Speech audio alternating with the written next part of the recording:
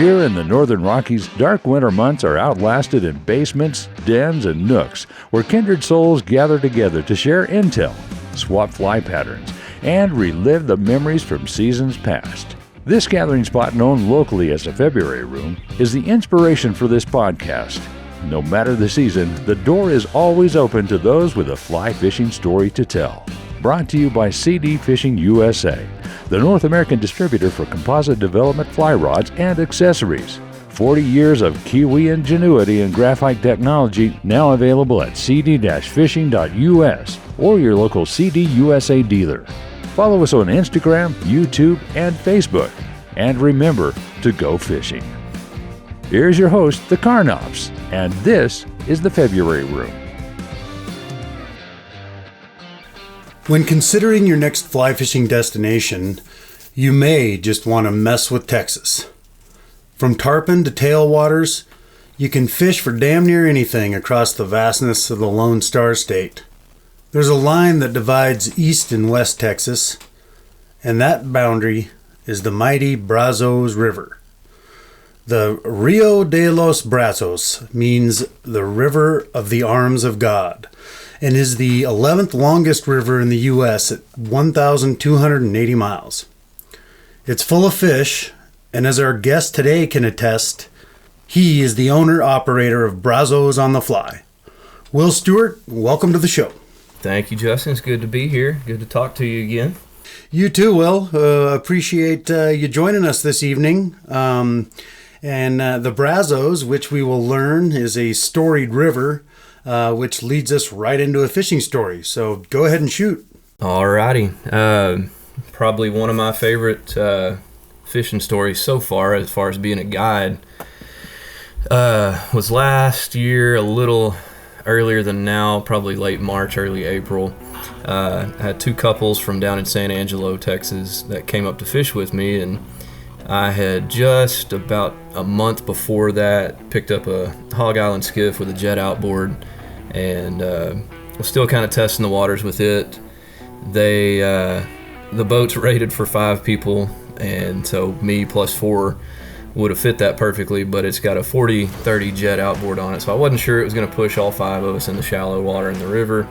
But I cleared all that up with them, and they agreed that if it didn't pan out, we could just kind of do a leapfrog thing and drift down, drop a couple off, run back upstream, grab another couple, and drift down again, and just kind of do that all day. So that's what we did, and it worked out all right. But the day started, we pulled up to the ramp.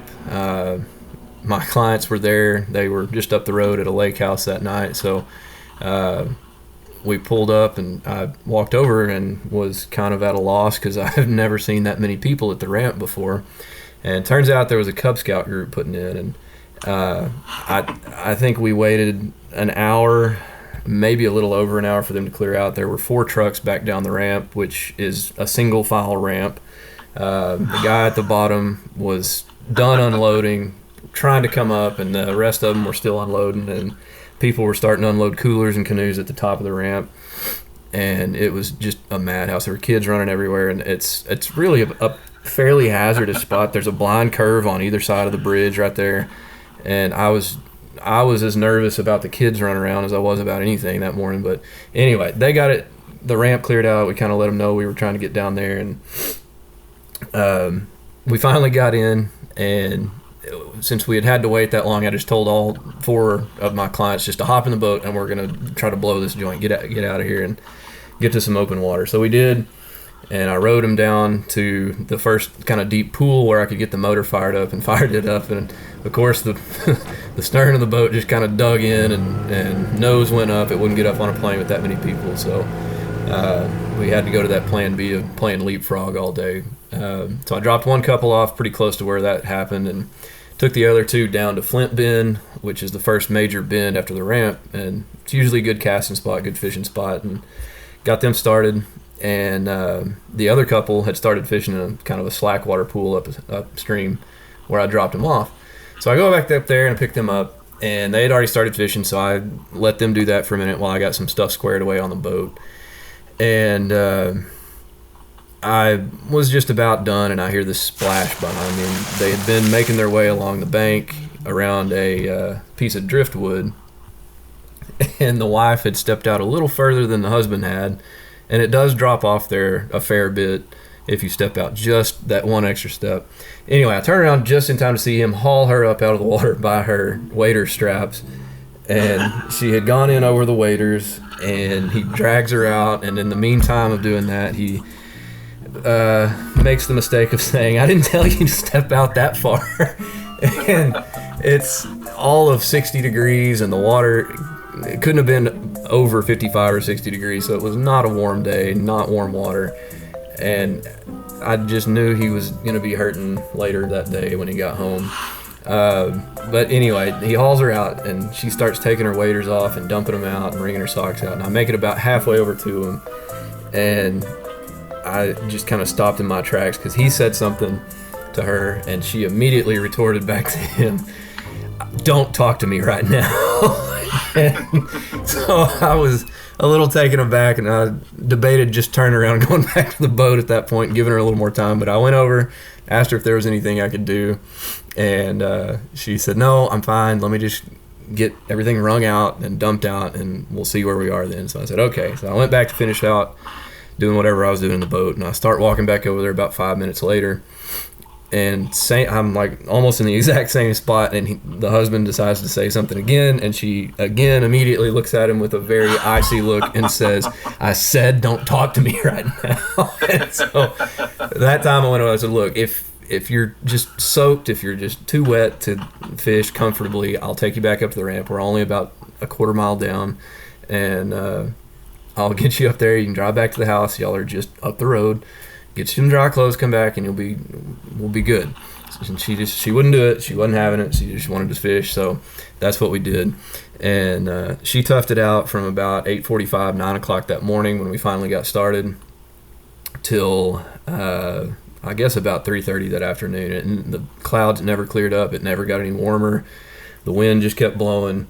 And anyway, like I would look over there, and I would just probably annoyed her with as much as I asked her if she was doing okay, but she was just shivering over there, and her husband made her a cup of coffee on a jet boil stove that they brought, and she toughed it out. I got to give it to her. She was a lot tougher than I gave her credit for. But anyway, end of the trip, it was super slow. We hadn't caught anything, and I just, like, by concentration of flies, was trying to get somebody something, and we were fishing this little rocky stretch, and then we were all standing out in the middle of the river, and I just had all four of them in a row, throwing topwater, throwing nymphs, throwing streamers, just a good mix of everything, just kind of a shotgun blast. And she finally, of all things on a topwater, pulls in this little hand-sized red-breast sunfish, and so she kind of redeemed the day for herself that afternoon. And at the end of the trip, we're sitting up at the ramp, and the girls had gone up to put their stuff in the car, and the husbands were talking to me, and her husband at one point had her using his rod, and then I handed her one of mine, and they swapped off, and she was using mine. She turned around and looked at him, and she said, "I don't like your rod. I want one of his." So at the ramp, he said, "Would you be willing to sell me one?" I said, "Yeah, sure. If y'all want it, let me know, and when I get home, I'll get the tube, and you can let me know tomorrow if you want to buy it, and I'll ship it to you." And so sure enough, he texted me the next day and said, "Hey, she really liked that fly rod, and I want her to stay in this and make sure she has a rod that she enjoys and can cast really well, so we'll take it." And so I shipped him the rod, and the next weekend she was out on her kayak catching fish with it. So it's one of those trips where you're worried about the client because they just fell in, they're wet and it's cold. You're just grimacing because nobody's catching any fish, but all in all, everybody turned out to have a good day, and helped correct some of their casting stuff for the girls that hadn't fished a whole lot, and they, by the end of the trip, they were casting pros and apparently enjoyed it enough to do it again. So everything turned out okay. Were you kind of thinking, man, maybe this guiding thing isn't all it's cracked up to be on the drive home? That's a tough intro. Yeah, so that was, like I said, that was like the second trip I'd done on the skiff, and granted, learning how to row a skiff on the Brazos is not as technical as it is on, say, a Rocky Mountain river where you've got a pretty steep gradient and a lot of fast water.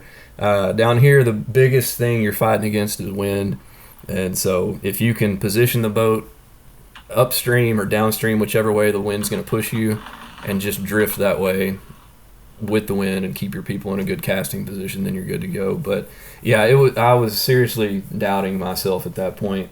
And before that, I just done wading trips and taken a few people out in a canoe, and just kind of tested the waters on it. So it was a tough day, but it was a good day in the end, which kind of relieved a little of my stress. But still, it's never an easy day in the winter and early spring on the Brazos. It's always a toss up on whether they're going to be moving or not.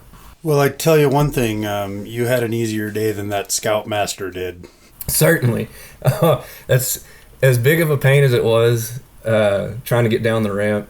Those are some of my favorite days to be guiding or fishing myself, because when you see those groups of like 40 canoes with nothing but, 7, 8 through 15-year-old kids coming down, they're just zigzagging the channel, and it's 2 kids to a canoe, and a lot of times the kids don't have a lot of gear in their canoe, so they're sitting way up out of the water, and the wind's blowing them because they don't weigh anything, and they're just zigzagging, they're just bouncing into each other. It's pretty funny to watch. Just chaos. And it's not a short trip. From that ramp that I use down to the next public takeout is a 20 river mile trip, and I just can't help but think by about mile 15 they finally get it straightened out, and then they're done. So.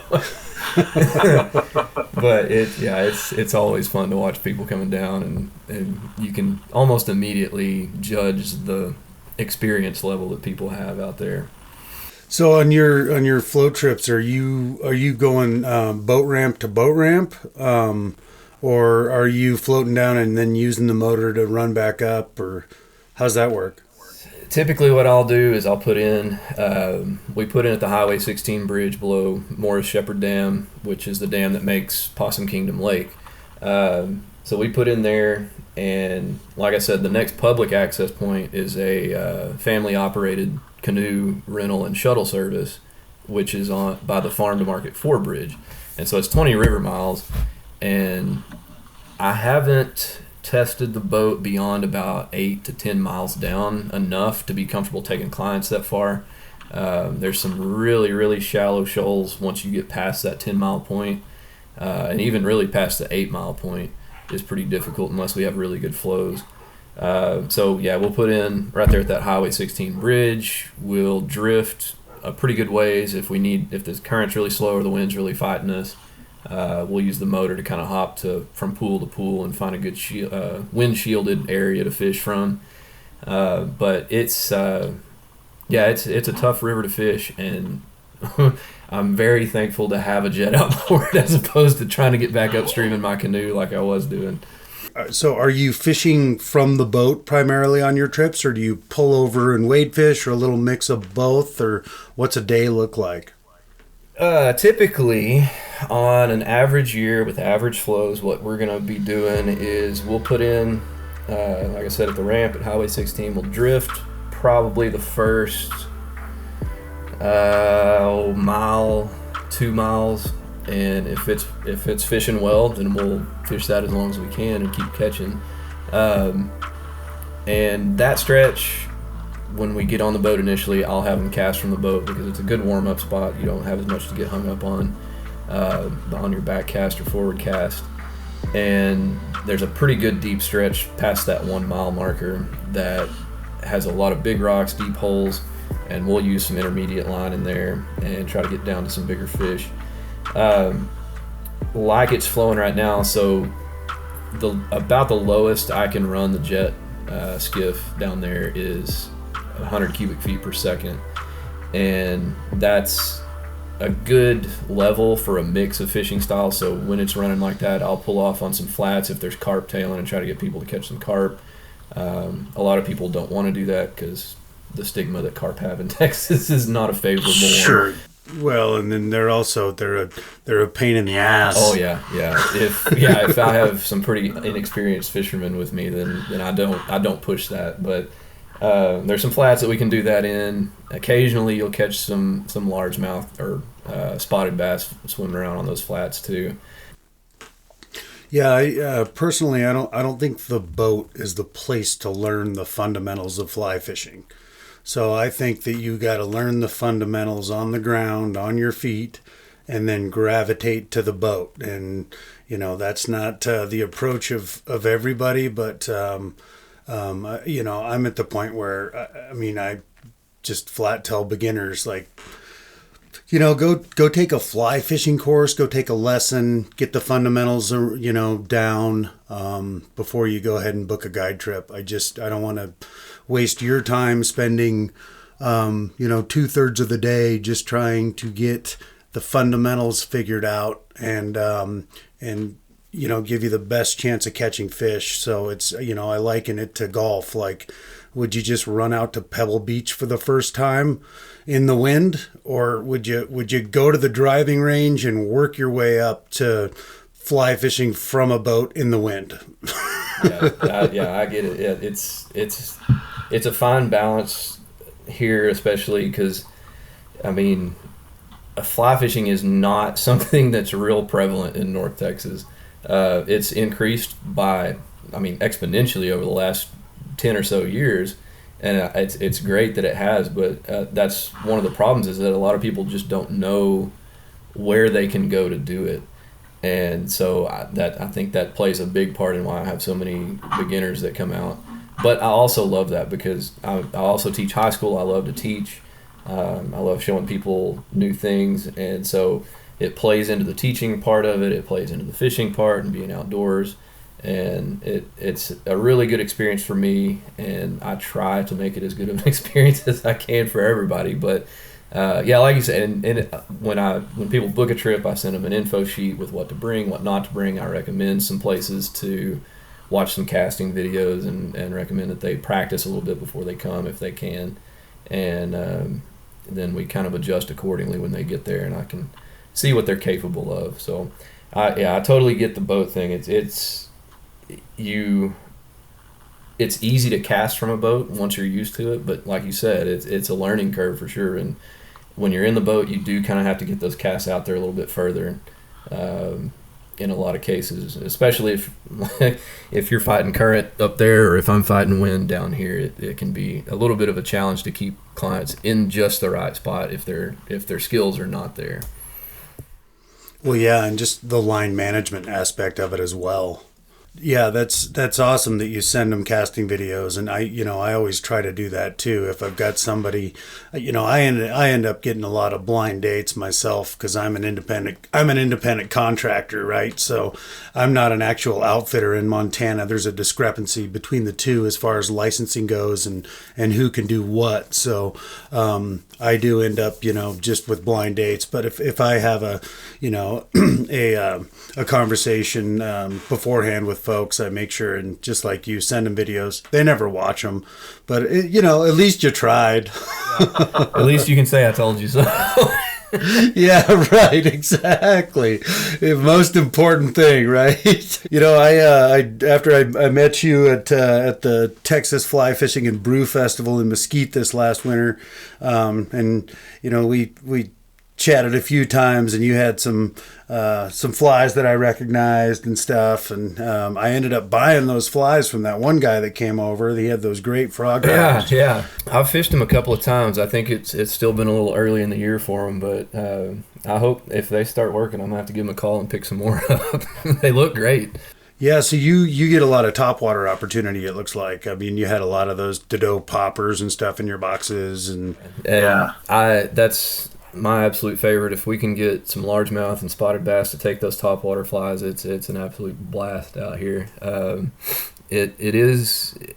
I'm telling you, the Brazos is something else, man. It's really good when it's good, and then it's really tough when it's tough. So it's a daily battle. I never know what I'm going to get into down there, especially if we have an up and down year on flows. That completely changes the dynamic, but that's what makes it fun, because you just never know what you're going to get into.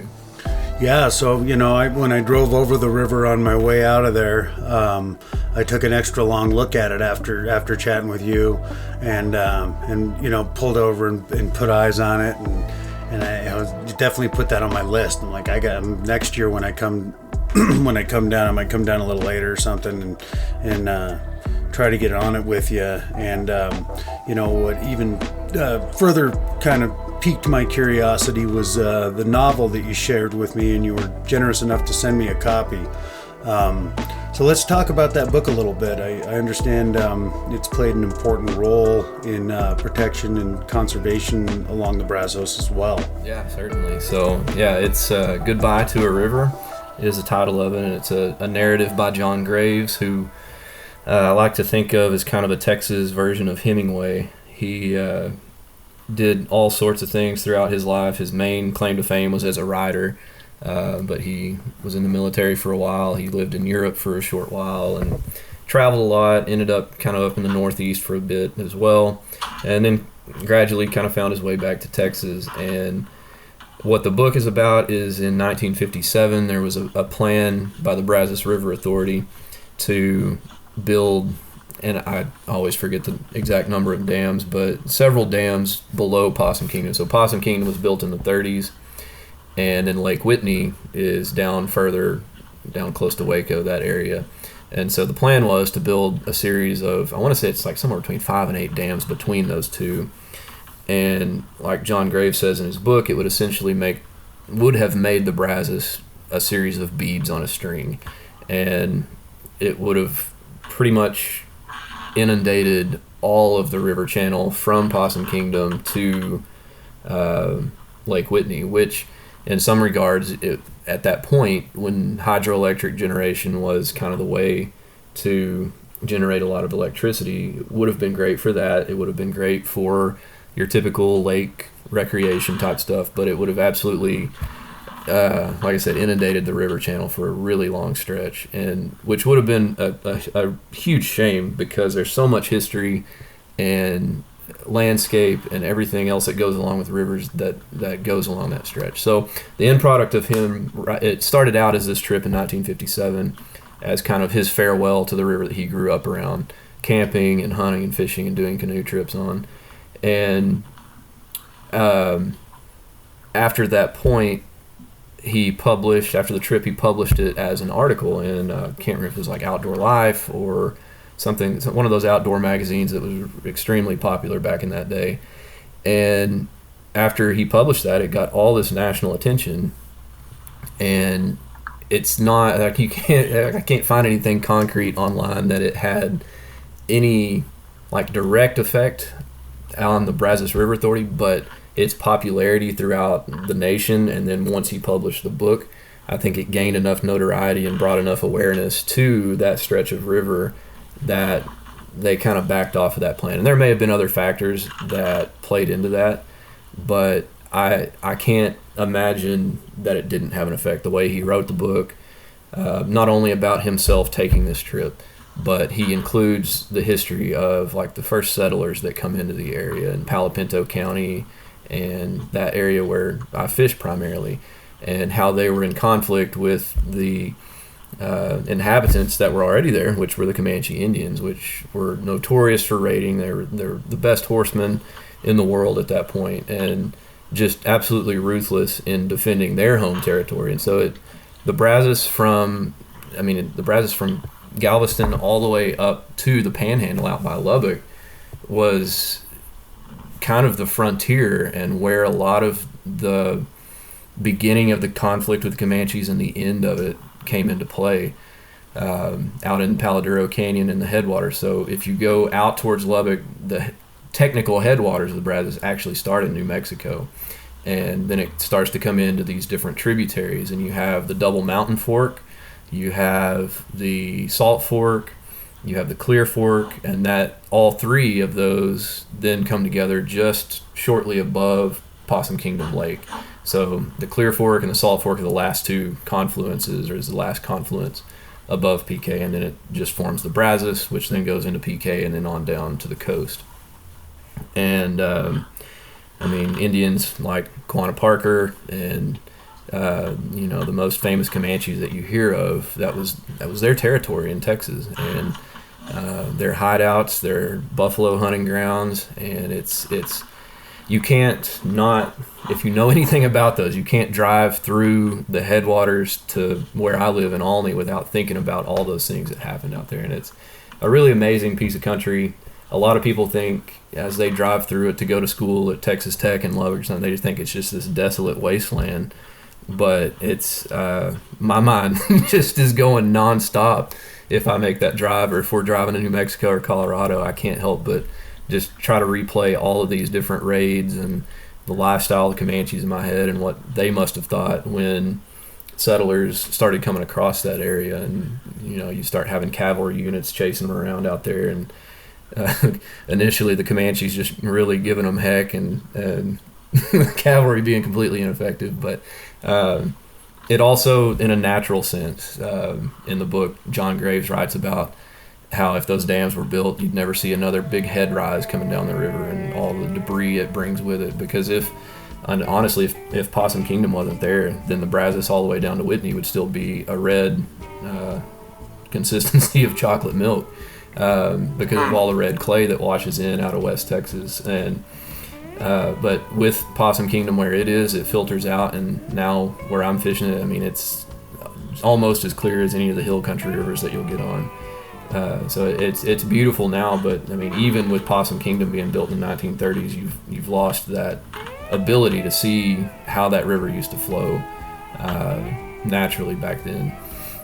But it's, like I said, it's a dear river to me, and the book means a lot to me because I grew up out here and doing trips on it 2, maybe 3 times a year with my parents and my sister, or my dad and a couple of my buddies from high school would do it several times a year when we got older.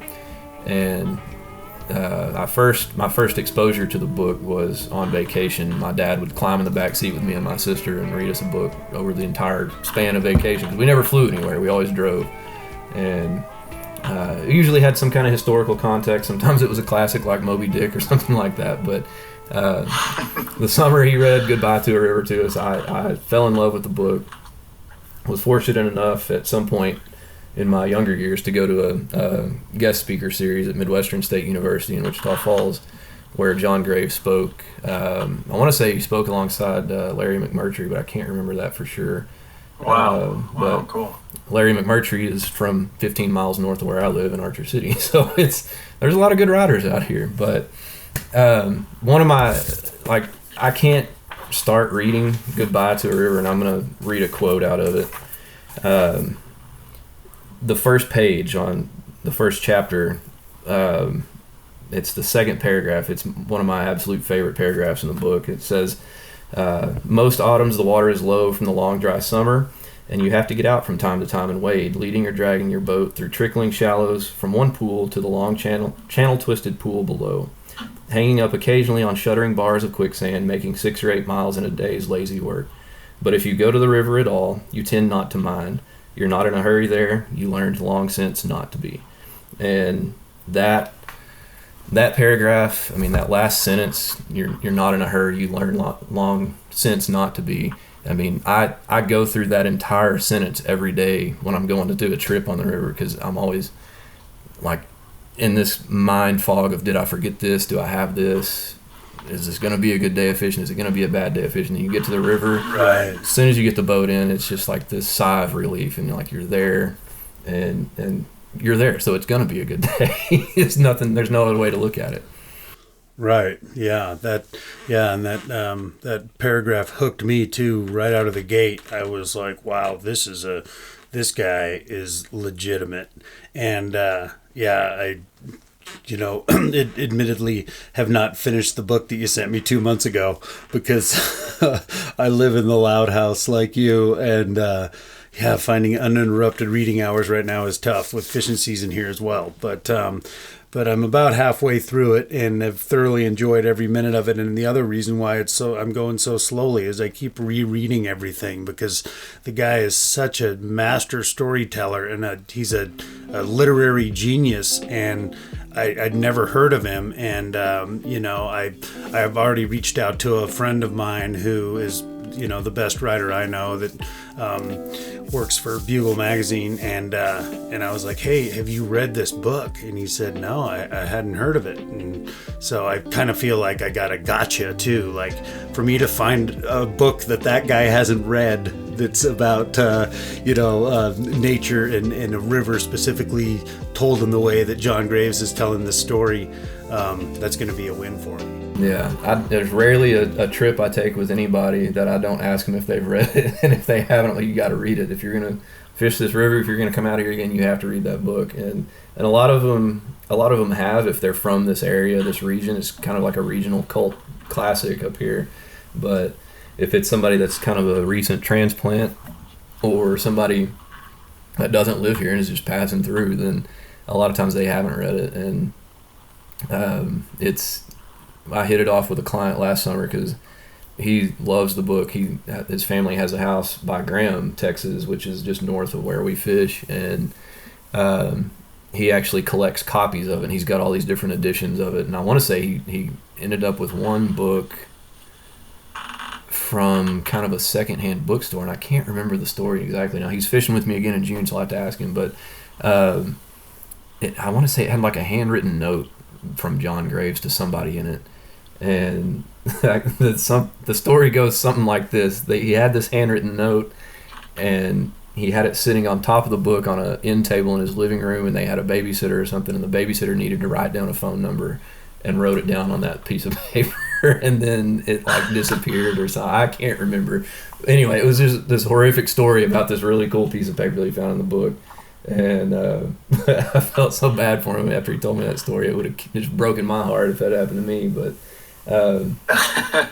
yeah, it's hard to find some of the original editions of it, and so I keep my eyes out when I go to bookstores. But my wife keeps looking too, and one of these days I'm hoping she's going to surprise me with like an original edition or something. But so, well, it sounds like you had a pretty cool dad too. Was he your inspiration for fishing and hunting and a love of the outdoors?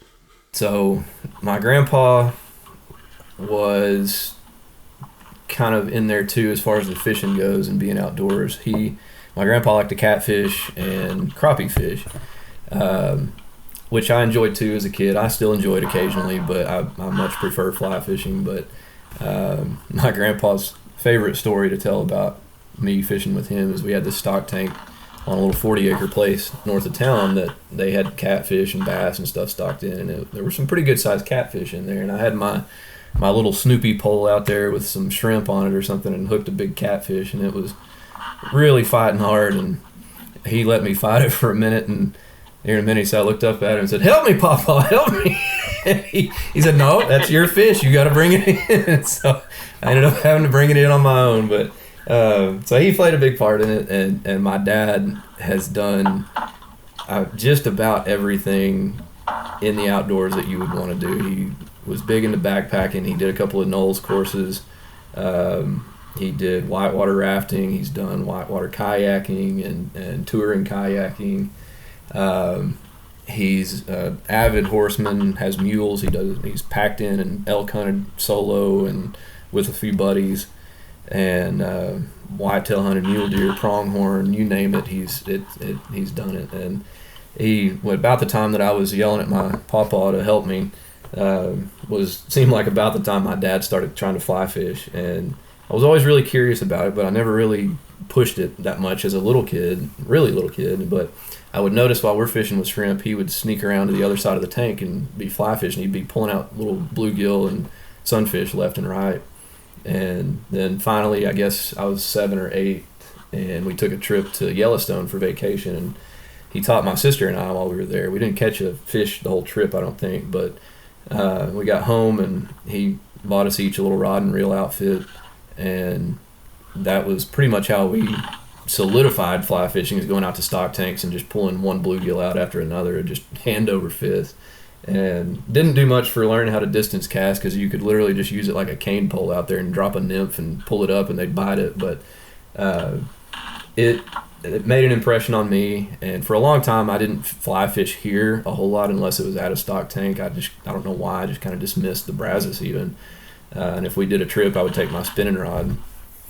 But I guess about 10 years ago got a little more serious about fly fishing the Brazos out here, and then 5 years ago started teaching high school, and got kind of bored those first couple of summers that I had nothing to do, and decided, you know what, maybe I should take people fly fishing down there.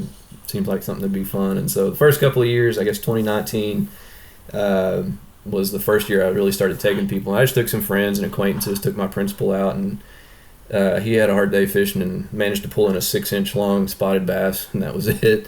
So I didn't get a raise after that trip, but he came back last summer and with his son, and we had a lot of high water last year, so there were striper running up and down the river, and he ended up, I'm pretty sure he still has the boat record for striper. He pulled in about a 21.25-inch striper that evening, and was super stoked about that. So that was a lot of fun. And but yeah, 2020 I really kind of planned on being a bigger year as far as advertising and doing trips.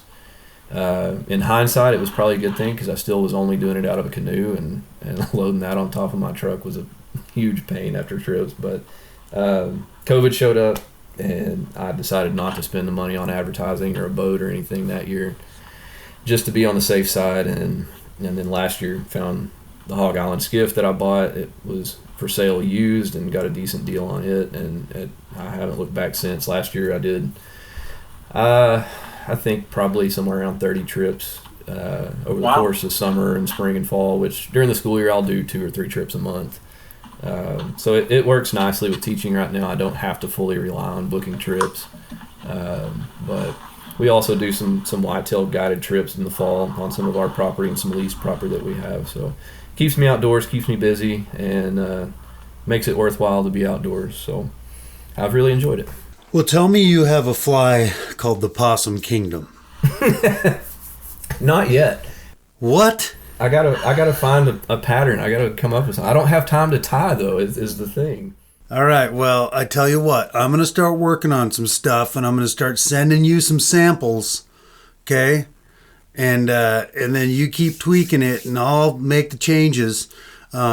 But we gotta nail down the Possum Kingdom, man. That's too good of a fly name. It is. It's and there's a whole story behind the town that's under Possum Kingdom Lake and that area, how that name came about. But I can't remember it all right now. We'll have to get into that on another podcast or something. But it's a funny name, and when I tell people what it's like, they're like, "Where do you fish?" I'm like, "Well, do you know where Possum Kingdom is?" They're like, "What?" Well, okay. What's another landmark I can give you? There's a band, I don't know if you've heard the Toadies. They have a song called Possum Kingdom, and that's usually the one thing that people do. Okay. You know? So it's one of those names that, from back in the day where people name stuff those kind of eccentric things, and we don't get that a whole lot anymore.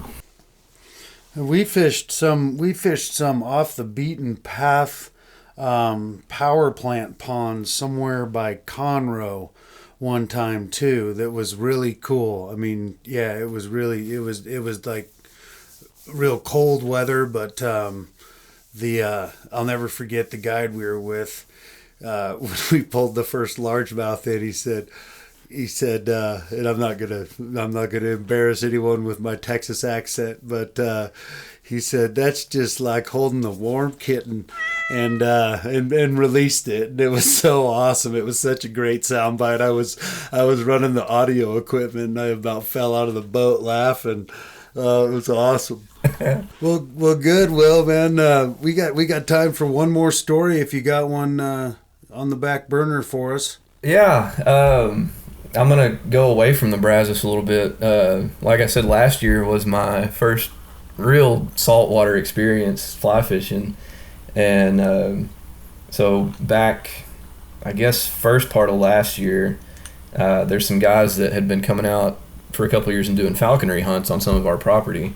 And they're from Georgia, and they would just make this drive across the country. They'd go to New Mexico on some BLM land and do it out there.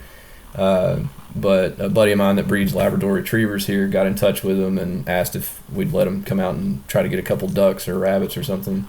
And so they did. Well, one of them owns a fly shop out, I think it's on St. Simons in Georgia, called On the Fly Outfitters, coincidentally enough. But I entered a raffle that they had for this beautiful 11-weight tarpon rod with a reel, line, box of flies, all this stuff, and won it. Nice. And so at that point, I was like, okay, now where do I go to catch a tarpon? So started looking into it, and I was like, well, the logical place would be Florida, I guess. So I asked my wife, I said, well, do you want to go to Florida? She's like, I don't really want to go to Florida again.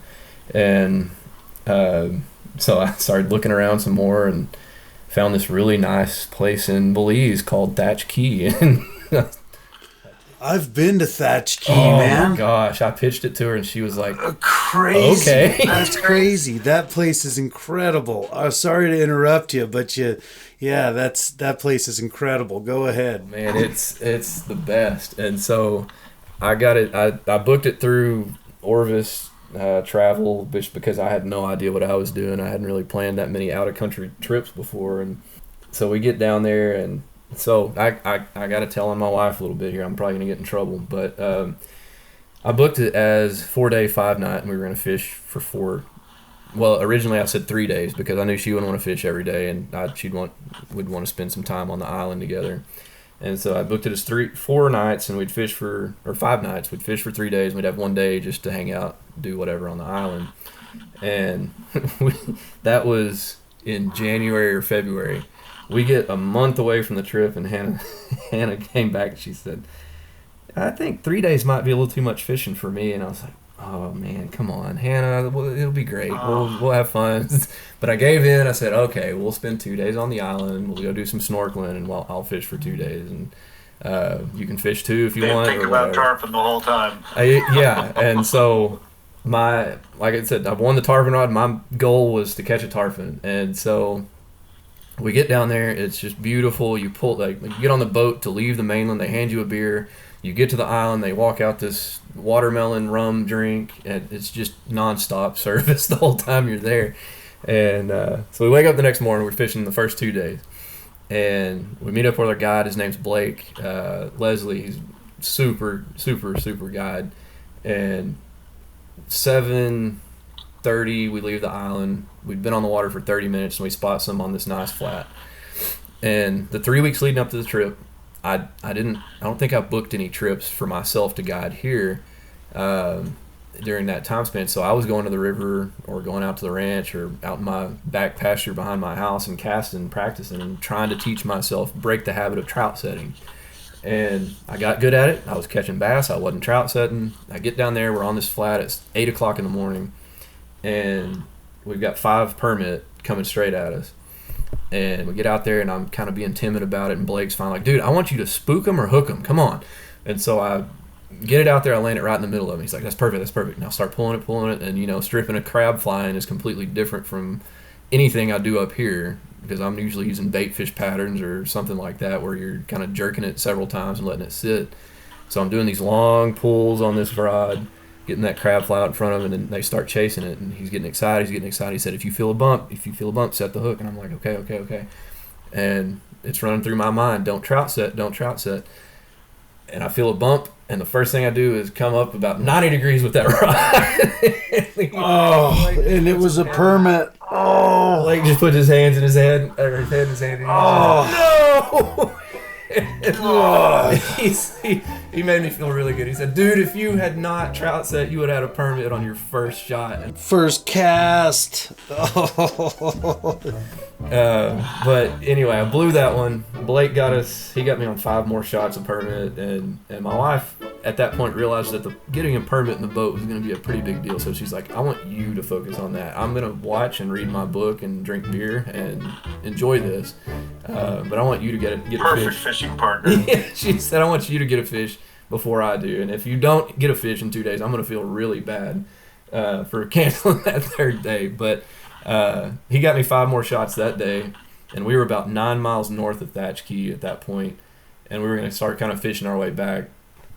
And I felt so bad for him. We were his 13th and 14th days on a 2-week stretch before he got to go home, and we get far enough away from the flat that we were just on that we can't see the island, and we're far enough away from the next island that we can see like 2 trees, and his motor gave out.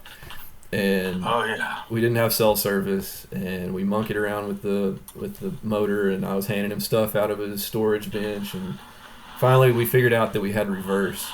And so we reversed for like an hour and a half, just putting along and water coming over the stern. Luckily he had an automatic bilge, so we didn't have to worry about that too much. But my wife, she held it together. I thought she might freak out a little bit, but she held it together. And after a certain point, she was like, "Well, at least we got plenty of beer in the cooler." So we flagged down a local fisherman and his wife, and he agreed initially at a pretty high price to tow us back to Thatch until Blake talked him down a little bit. And then we finally got cell service and Thatch sent a boat. Now, like I said, I felt bad for Blake because he had to go in for repairs at that point. So we had a different guide the second day. His name was Martin, and he was just as good as Blake. And he got me. I think I had 2 shots that day and ended up landing a permit on the second day. And oh my God, man! Unreal. And I ended up getting to meet.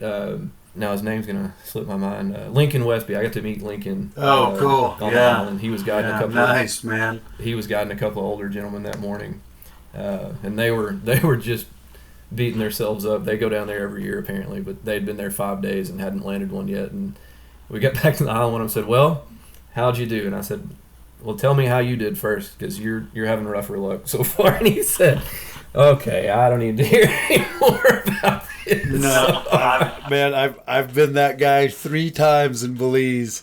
It's cast for 5 days and never gotten one. And yeah, those dang things, man. That is an amazing story. Boy, you did it right the first time, buddy. I tell you, that was my Belize dream. Thatch Key is the coolest place ever. You went out with one of the Leslies. They're legendary. You met Lincoln Westby, total legend, and you got a permit on your first trip. So you should never go back. Go somewhere else. And you almost got to back into Thatch Key from 2 miles out in the ocean or something. That would have been epic. But yeah, the tarpon took a complete backseat once we started fishing for permit. We did end up, after I caught that permit, we tried for bonefish for a little bit, and I let my wife fish for them most of that time, and she was casting it, and she had her double haul cast down. Bless her heart, she had to have shoulder surgery after that trip, which was planned before the trip, but she was getting the double haul out there. She was landing it right in the middle of the school, and Martin said, "Well, if you feel them bumping it, set the hook." And she's like, "Well, I don't know if they're bumping it or not. It feels like maybe they are, but I'm not sure if they're just hitting the line or if they're biting it or what." And he said, "Well, we'll bring it in. Let's check your flying." We had I think it was an Avalon shrimp on, with the 2 rabbit strips and the mono with the beads on it. And she brought it in, and they had completely eaten the 2 rabbit strips off and broken the mono, and the beads were gone. They'd just been chewing on it. Martin just couldn't believe it. He's like, "You couldn't tell they were biting it." She's like, "No, I couldn't." I was giving her a hard time about that for a while, but we tried for that, and then we went and anchored out off the reef in a cut where we could fish the current. And I had one bump on a sinking line with a tarpon, but didn't hook it, and we did end up getting to see some blow some bait fish up out of the water about 50 yards away. But I had an entire spool of line out trolling for them, and so I couldn't get that in quick enough to cast anywhere near them. So it was cool to see them, but I'll have to go back for the tarpon. Well, awesome. Well, I've taken up enough of your time. So the best way for folks to reach you and learn more about your outfitting service is brazosonthefly.com. Is that right? Yes, sir. That is the website. I've got fishing trip info on there. I've got some hunting trip information on there. You can book it online, or you can book it through me by calling me. My phone number and everything's on there. If you have questions, you can text that number, you can call it, you can send me an email, you can fill out the contact me form thing on the website.